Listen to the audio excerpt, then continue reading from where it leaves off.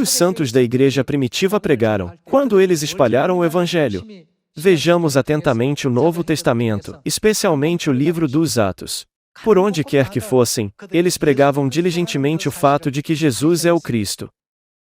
As pessoas teriam acreditado em Jesus, se eles não tivessem pregado? Com certeza não. Teria sido impossível para as pessoas daquela época, com a sua crença predominante de que não há outro Deus, além de Deus Jeová, aceitar facilmente a fé em Jesus, a quem eles apenas pensavam como o filho de José, o carpinteiro em Nazaré.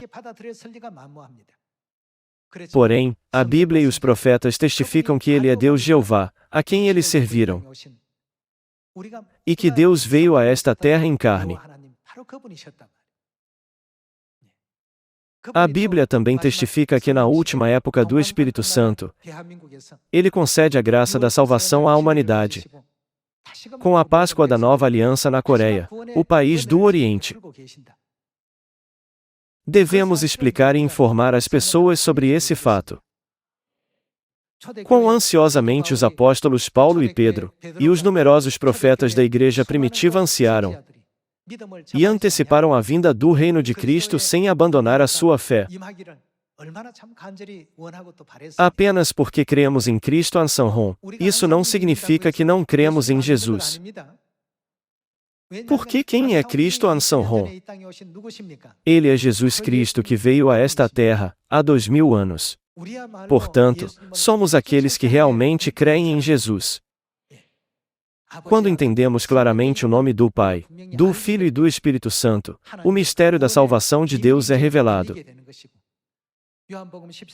Jesus disse em João capítulo 17, e a vida eterna é esta, que te conheçam a ti, o único Deus verdadeiro, e a Jesus Cristo, a quem enviaste. Quem pode dizer que crê em Jesus, sem conhecer o seu novo nome? Somente quando conhecemos o seu novo nome, podemos receber o perdão de todos os nossos pecados e transgressões passadas através do batismo prometido por Deus, ser limpos e poder dar o primeiro passo em direção a Deus. Vamos ver o livro de Isaías capítulo 43, versículo 10 juntos. No capítulo 43, versículo 10, Deus diz: Vós sois, de quem somos testemunhas? As minhas testemunhas, diz o Senhor, o meu servo a quem escolhi. Então, a quem se refere meu aqui?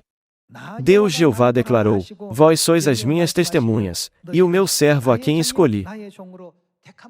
Assim, todos aqueles que creram em Deus na época do Pai devem ser testemunhas de Jeová, testificando de Jeová. Se dividirmos a obra da salvação de Deus em princípio, meio e fim, o princípio é a época do Pai. O meio é a época do Filho, e a parte final, o fim, é a época do Espírito Santo. Vamos ver o livro dos Atos capítulo 1, versículo 6. Então, os que estavam reunidos lhe perguntaram: Senhor, será este o tempo em que restaures o reino a Israel? Respondeu-lhes: Não vos compete conhecer tempos, ou épocas que o Pai reservou pela sua exclusiva autoridade, mas recebereis poder, ao descer sobre vós o Espírito Santo, e sereis testemunhas de quem? Minhas testemunhas tanto em Jerusalém, como em toda a Judéia e Samaria, e até aos confins da terra. O livro de Isaías capítulo 43, versículo 10, nos ensina a ser testemunhas de Deus Jeová. Mas aqui no livro dos Atos capítulo 1, devemos ser testemunhas de quem? Jesus disse: Sereis minhas testemunhas, ou seja, testemunhas de Jesus. Se não houvesse distinção entre as épocas, a Bíblia pareceria estar cheia de contradições. Portanto, devemos entender claramente e reconhecer que há 3 épocas: a época do Pai, a época do Filho e a época do Espírito Santo.